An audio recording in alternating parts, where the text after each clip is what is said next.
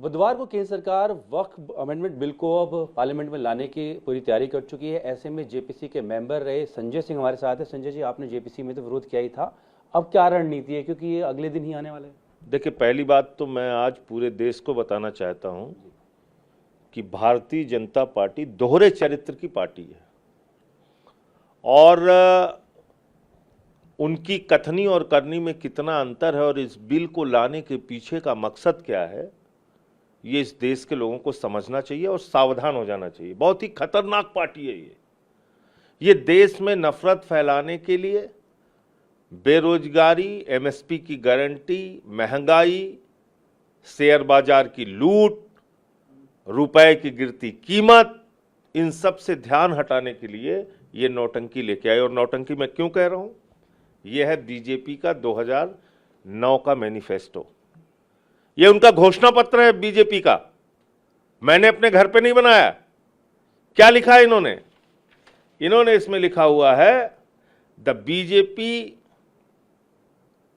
will support Waqf committee headed by Deputy Chairman Rajya and would, in consultation with Muslim religious leaders, take steps to remove encroachments from and unauthorized occupation of Waqf properties। ये लिखा हुआ है। ये तो कह रहे हैं कि भैया हम के रहमान कमेटी का जो रिकमेंडेशन है उसके हिसाब से जो मुस्लिम लीडर्स हैं उनसे बातचीत करके जो वक्फ प्रॉपर्टीज के ऊपर कब्जा है उसको हटवाने का काम करेंगे। वक्फ प्रॉपर्टीज पे जो अनऑथराइज्ड कब्जा है, जो अनाधिकृत कब्जा है, उसको हटवाने का काम करेंगे। ये कब कहा इन्होंने? 2009 में। अब आगे आइए, 2013 में के रहमान कमेटी के रिकमेंडेशंस के मुताबिक, उनके रिपोर्ट के मुताबिक राज्यसभा में और लोकसभा में एक संशोधन बिल पास होता है। अब उस संशोधन बिल में क्या किया बीजेपी ने, बहुत इंटरेस्टिंग है। मुख्तार अब्बास नकवी साहब उस समय राज्यसभा के बीजेपी के सांसद थे। इन्होंने क्या कहा, 2013 में संशोधन बिल जब पास हो रहा था, the bill aimed at reforming the Waqf board system to make it more transparent and accountable. And Mukhtar Abbas Naqvi, who was a member of the Bharatiya Janata Party at the time, supported the Waqf Amendment Bill 2013 in Rajya Sabha. The bill aimed at reforming the Waqf board system to make it more transparent and accountable. इन्होंने support किया राज्यसभा में। सुषमा स्वराज जी ने bill के समर्थन में बोला और उसकी जो भी उनकी कुछ कमियां थीं उसको उन्होंने गिनाया। शहनवाज हुसैन जो बीजेपी के लोकसभा के मेंबर थे, he expressed his support for the amendments. ये इन्होंने भी कुछ अपने सुझावों के साथ बिल का सपोर्ट किया। तो 2013 में जिस बिल का आपने सपोर्ट किया, के रहमान कमेटी के रिकमेंडेशंस का, जिसका आपने कहा कि हम उसके हिसाब से जहां वक्फ प्रॉपर्टीज के ऊपर कब्जा है अनाधिकृत, उसको हटवाने का काम हम करेंगे, उसके आधार पे एक बिल आता है, उसका आपने सपोर्ट किया। अब और आगे आ जाइए। अब के आर रहमान कमेटी ने कुछ सुझाव दिए थे, वो कहिए तो मैं पढ़ के सुनाऊं, काफी लंबा हो जाएगा, लेकिन उसका संक्षेप ये था कि इसको बेहतर तरीके से वक्फ की संपत्तियों का उसकी देखरेख की जाए। तो सरकार यही कह रही है कि उसकी हकीकत बता रहा हूं।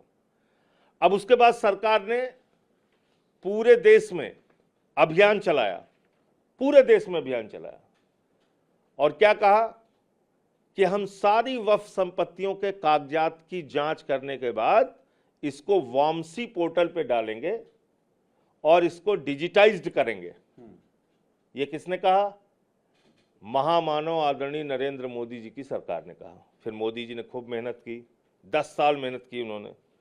14 में बनने के बाद उन्होंने 20 में सुप्रीम कोर्ट में एफिडेविट दिया, 2020 में। ये पूरे देश के लोगों को फिर देखना चाहिए क्या लिखा है इसमें 2020 में इन्होंने लिखा, the target of digitisation was achieved and at the end of campaign period on 15/10/2019, 3,30,000 141, 98.99 records stood digitized.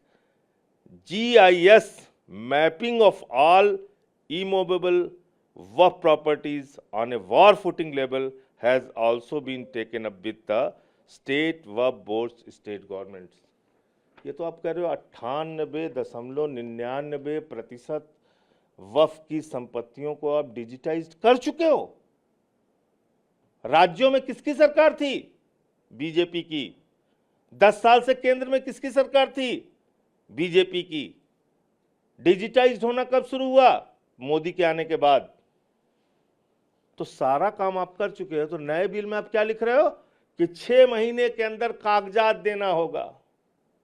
इसका मतलब 6 महीने के अंदर अगर आपने कागजात नहीं दिया तो हमें झगड़ा कराना है, हमें देश में नफरत फैलाना है, हमें यह कहना है कि यहाँ पे ये था, यहाँ हमारे भैया का दुकान थी, यहाँ हमारा जो दोस्त है मोदी जी का, उसने तो बहुत बड़ा व्यापार लगा रखा था। झगड़ा कराना है इनको। आप खुद कह रहे हो कि 99% वक्फ की संपत्तियों को आप डिजिटाइज कर चुके हो, ऑनलाइन कर चुके हो। तो सारे कागजात चेक करके योगी जी ने आपको भेजा था या अलग अलग राज्य सरकारों ने आपको भेजा था, तभी तो आपने उसको वामसी पोर्टल पे डाला। अब जब बुधवार को आ रहा है तो ऐसे में कोई, अब आप बताइए क्या क्या आप लेके आए हो इसमें? क्या लिख रहे हो इसमें? इसमें आप लिख रहे हो कि 5 साल का जो आदमी प्रैक्टिसिंग मुस्लिम होगा वही वक्फ कर सकता है, वही दान कर सकता है, वरना नहीं कर सकता। इस नए बिल में आप क्या लिख रहे हो? 6 महीने के अंदर आपको कागजात देने पड़ेंगे। जो कागजात आप देख चुके हैं, जो कागजात आपके पास आ चुके हैं, जो कागजात स्टेट बोर्ड में पंजीकृत हैं, जो कागजात आप ऑनलाइन कर चुके हैं, जिस कागजात के बारे में आपने सुप्रीम कोर्ट में मान लिया है, उसको कह रहे हैं हमें फिर दो, हमें दंगा कराना है, हमें नफरत फैलानी है, हमें झगड़ा कराना है, फिर लाओ इसको। अगर आपके हिसाब से खामी है तो उसे रोकेंगे कैसे? प्लेटफॉर्म कुछ बनाया विपक्ष ने? तो अब ये जो इनके सहयोगी दल के लोग हैं वो ये बात को सोचें कि कितना बड़ा अपराध और पाप करने जा रहे हैं लोग। जिन बातों को ये खुद एग्री कर चुके हैं, मान चुके हैं, उसके खिलाफ ये किस तरह से गुनाह करने जा रहे हैं, सिर्फ देश में दंगा फसाद नफरत फैलाने के लिए। रणनीति क्या आपकी? संसद, सड़क क्या? हम लोग विरोध करेंगे इसका। हमने जेपीसी में भी विरोध किया था, अभी फिर करेंगे। आप खामी गिना रहे हो, जो कैथोलिक बिशप समाज है उन्होंने इसके सपोर्ट कर दिया और केरल के कैथोलिक बिशप समाज को मैं कहना चाहता हूँ, इनको पता नहीं है शायद, ये सारी वक्फ की जमीनें कब्जा करके अपने दोस्तों को देंगे मोदी जी। उसके बाद मंदिरों की जमीनें कब्जा करके अपने दोस्तों को देंगे, गुरुद्वारों की जमीनें कब्जा करके अपने दोस्तों को देंगे, चर्चेज की जमीनें भी कब्जा करके अपने दोस्तों को देंगे। इन्होंने राम मंदिर की जमीन नहीं छोड़ी। ये इतने बेईमान लोग हैं। डिफेंस की जमीन अयोध्या में अपने दोस्त को दे दिया मोदी जी ने। ये बेईमान लोग हैं। इनके चक्कर में जो पड़ेगा, ये देश में नफरत का बीज बोने जा रहे हैं। नफरत का बीज तो बो ही रहे हैं, ये और एक नया बवाल खड़ा करने जा रहे हैं। एक कदम और उठाया गया है, उत्तराखंड में कुछ जगह के नाम चेंज किए गए। आपके सहयोगी अखिलेश कह रहे हैं यूपी 2 ना रख दें इसका नाम। देखो ऐसा है कि ये लोग मानसिक रूप से विक्षिप्त लोग हैं, पागल लोग हैं। इनकी अकल घास चरने जा चुकी है। तो इनको ना तो रोजगार पे काम करना है, ना किसानी पे काम करना है, ना महंगाई कम करने पे काम करना है। तो ऐसे ही झगड़े लड़ाने के रोज नए नए रास्ते खोजते रहते हैं। एक विषय और, आरएसएस ने अपना स्टैंड बदला है। उन्होंने कहा है कि जो महासचिव हैं दत्ता होसबोले साहब, उन्होंने कहा है कि अब जो आरएसएस के मेंबर हैं वो काशी मथुरा ज्ञान व्यापी से जुड़े जो मुद्दे हैं उनमें हिस्सा ले सकते हैं, लेकिन हर मस्जिद को हासिल करने की कोशिश करेंगे तो समाज में इससे तीखा बनाएगा। देखिए, आरएसएस को अपना 100 साल पूरा होने पे कुछ बातों का जवाब देना चाहिए। 100 साल में आज तक उनका कोई भी एक प्रमुख दलित, पिछड़ा और आदिवासी क्यों नहीं हुआ? 100 साल में आज तक उनका कोई एक भी प्रमुख महिला क्यों नहीं हुई? 100 साल में उनको ये बताना चाहिए 52 साल तक उन्होंने तिरंगा झंडा क्यों नहीं फहराया? उन्होंने नेताजी सुभाष चंद्र बोस की सेना आज़ाद हिंद फौज का विरोध क्यों किया था? अंग्रेजों की सेना में भर्ती होने का आह्वान क्यों किया था? श्यामा प्रसाद मुखर्जी ने अंग्रेज गवर्नर को चिट्ठी लिख के ये क्यों कहा था कि 42 के आंदोलन को कुचल देना चाहिए? तो इन सारे सवालों का जवाब पहले आरएसएस दे। मैंने तो उनसे पूछा। आरएसएस ने सदस्यों को इन अभियान में जुड़ने के लिए अलाउ कर दिया, उस पर आप क्या कहेंगे? अब वो तो उनका तो चरित्र ही यही है। वो तो रोज अपने बयान बदलते रहते हैं, स्टैंड बदलते रहते हैं। कोई कहता है हम इफ्तारी करेंगे, कोई कहता है हम गले लगाएंगे, कोई कहता है हम गाली देंगे। ये तो आरएसएस का चरित्र यही है, उनका कोई एक स्टैंड थोड़ी है। बात का शुक्रिया। तो संजय सिंह का साफ तौर पर कहना है कि जो मौजूदा वक्फ अमेंडमेंट बिल है वो बीजेपी का पहले का जो स्टैंड था उसका पूरी तरीके से विरोधाभासी, और आगे भी जो है तमाम विपक्षी दल इस बात को लेकर के विरोध करेंगे। वीडियो सहयोगी कपिल बेदी के साथ जितेंद्र भारती, भारतवर्ष, दिल्ली।